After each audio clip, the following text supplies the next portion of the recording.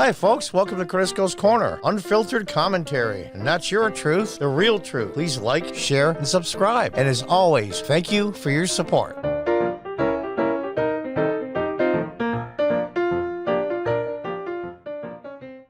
Welcome back from NPR. I don't go with the NPR much, that's for certain, but I think this story is important. Judge holds Washington, D.C. jail officials in contempt in a January 6 riot case. In a case involving a January 6 Capitol riot defendant, and let's not call them insurrectionists, it's a very small percent of asshats that acted stupid, smashed windows, crawled through windows, walked through doors. Most of them walked around like tourists. 99% of them, the worst they did was trespass. A federal judge held the District of Columbia's correction director and jail warden in contempt of court Wednesday and asked the Justice Department to investigate whether inmates' civil rights have been abused. When you're being held for months at a time without being charged and no bail for trespassing, U.S. District Court Judge Royce Lamberth had summoned the jail officials as part of the criminal case in Christopher Worrell, a member of the Proud Boys who've been charged in the January 6th attack on the Capitol. Oh, he's one of the Proud Boys, so he must be guilty. And that's what all the left is screaming in this case, probably. And here's the thing. This country takes pride in the fact innocent till proven guilty and not guilt by association. Member of the Proud Boys who had been charged in the January 6th attack on Capitol Hill. He had been accused of attacking police officers with a spray pepper gel, and prosecutors have alleged he traveled to Washington and coordinated with Proud Boys leading up to the siege. It's clear to me that civil rights of the defendants were violated in the D.C. Department of Corrections, Lambert said. I don't know if it's because of January 6th defendant or not. Well, he can't say, because that would make it politics. So, I'll give him that. The judge ordered Quincy Booth, the director of the city's Department of Corrections, and Wanda Payton, the warden of the D.C. jail, to be held in contempt of court. While he did not impose any sanctions or penalties, the judge said he was referring the matter to the Justice Department to investigate whether the civil rights of the inmates in the jail were being violated. It's the Justice Department that's basically pushing this.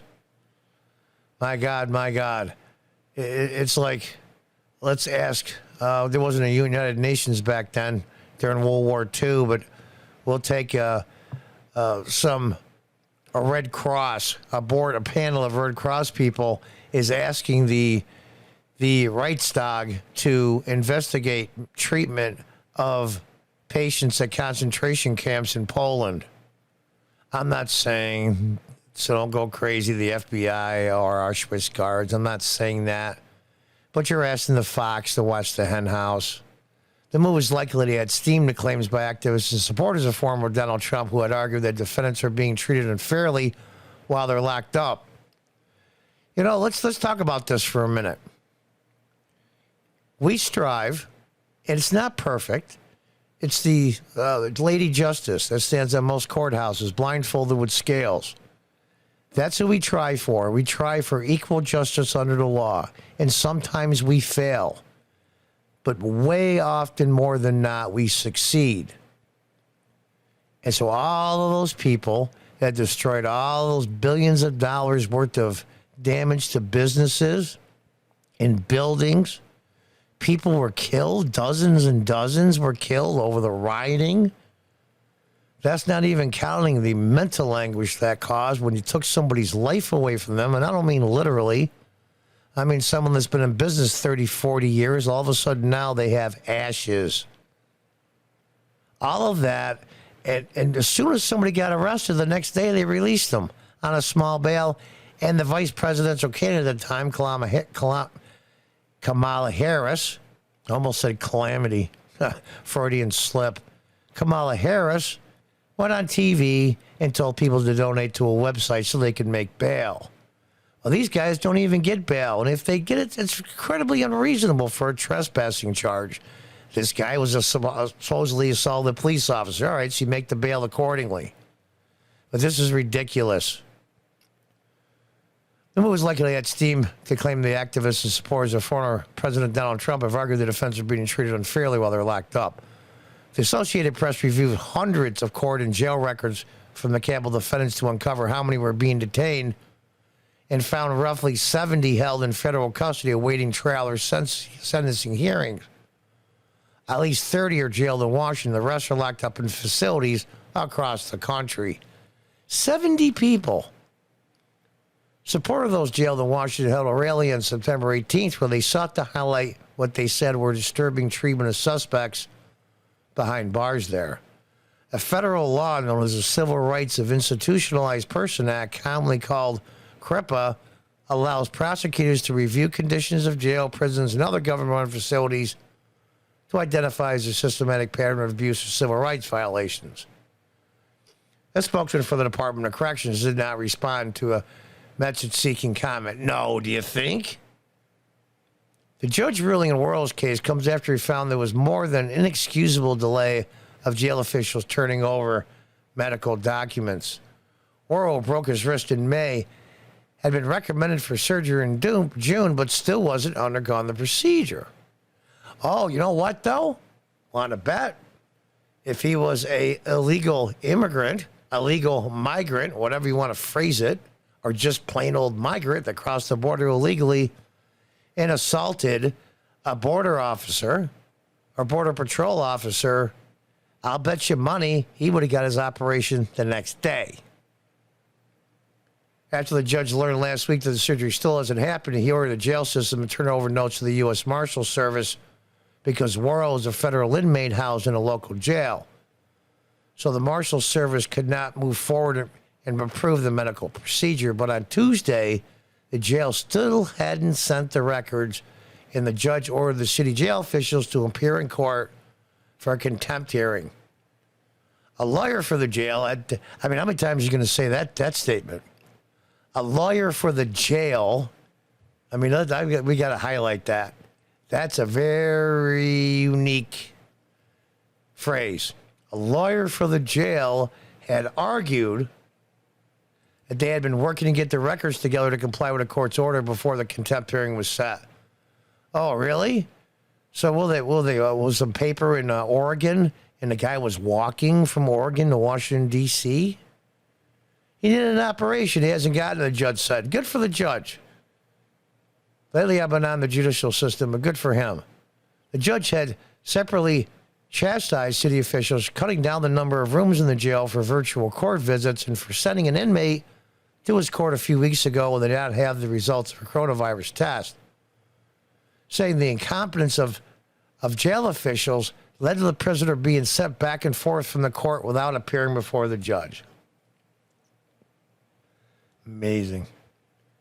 The U.S. Court of Appeals for the District of Columbia Circuit had set standards for judges to apply in deciding whether to jail a Capitol riot defendant. A 3-judge panel of the appeals court ruled in March that rioters accused of assaulting officers, breaking through windows, doors, and barricades are playing leadership roles in the attack. Now, that's the part I don't like. I can see the other part because that's violence.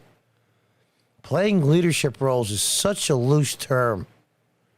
Leadership roles in the attack were in a different category of dangerousness than those who merely cheered on the violence or in the building after it was breached. I'll go along with that. Defendants ordered locked up while they await trial include a man accused of dragging a police officer down the steps to be beaten by an American flag, and another man accused of leading a group of rioters up the Capitol steps to confront officers. That's iffy. The part about dragging the cop, yeah, of course. Prosecute him to the full extent of the law. But there are more than 630 people charged in the January 6th melee. Judges have released the vast majority of defendants, including more than a dozen members and associates of the Oath Keepers, a far-right group. All right, I'll give them that. Doesn't make them bad guys. Some of them do some bad things once in a while, but who doesn't? I'm not going to chastise anybody. I don't agree with a lot of what they believe in, but I believe in the patriotism in this country. They just go about it a different way. I'm patriotic too, and I'm sure they don't dislike me.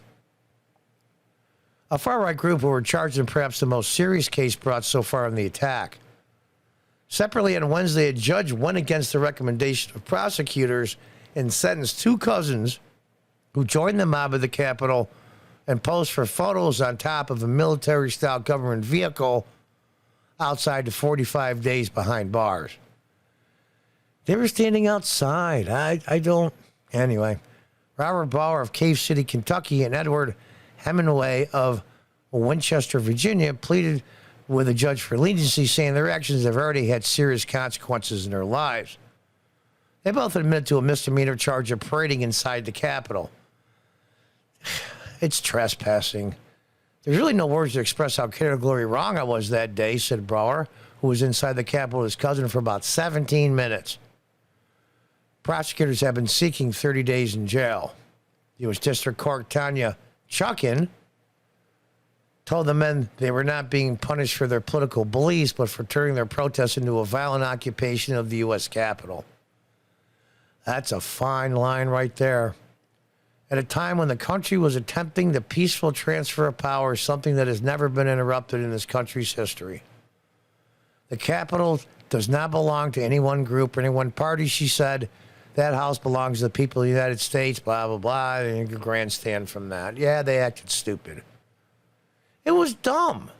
Absolutely ridiculously stupid on levels that I can't even tell you. Really. Honest to God. You know what I wish had happened? I know this video's going a little long, but I haven't done a video in a while. I finally got my computer back, so I'll be doing more episodes on my usual schedule. But I'll tell you something sincerely. You know what I wish had happened? I watched the whole thing in real time in two different camera settings. One showed them the protesters fighting with police to get in, and one showed President Trump giving his speech. And they started long before Trump was done. And Trump told them to be peaceful. You know what I wish had happened, though? That as President Trump was leaving, and he got word that they were starting to breach the Capitol or getting close, or the Capitol Police were letting them in, hint, hint, I would have said, I'm the President of the United States. I can do what the hell I want. Turn this limousine around. I would have went back, stood on top of the limousine and said, stop. This is not what we're about. We're not about violence. That would have been a very Trump-like thing to do, number one. And that would have been amazing. It would have been an amazing video. But it didn't happen. So it is what it is. But it is, you know what's going to happen, folks? Even a field mouse will fight back if you corner it. My life, my business was destroyed because of my political beliefs and my support for Trump and some local Republicans, Congress and otherwise. And that's fine. I end up selling it. The progressive group is less than like a half a block from my store, lucky me. And it had a boycott against me for the usual stuff. I'm racist. It's a high percent non-white neighborhood. And I was there for 20 years, so I got to be friends with a lot of non-white people, so they know better. But a lot of the new ones didn't. Okay, I sold. Maybe they did me a favor. Time to move on with my life and do something else. But what they've done is what they're going to do to these people in the next year or two, 3 years, 4 years. They put a bug in their ass so bad that they're never going to give up now. People that would not have fought back under the same circumstances are now standing up. And they are by the millions, and they're not going to forget. I think of the same thing that happened when Yamamoto, the admiral of the Japanese Navy, when it attacked Pearl Harbor, went to the University of Chicago, said, I think when you attack the United States like this, you will awake a sleeping giant. And that's what the Democrats are doing. Now, will the Republicans going along with these people that are waking up and fighting back? We'll see. There's going to be a lot of adjustments in the next 20 years. I'll be 65 next month. Hopefully, with God's help, I'll be able to see it. Until next time, goodbye and good luck.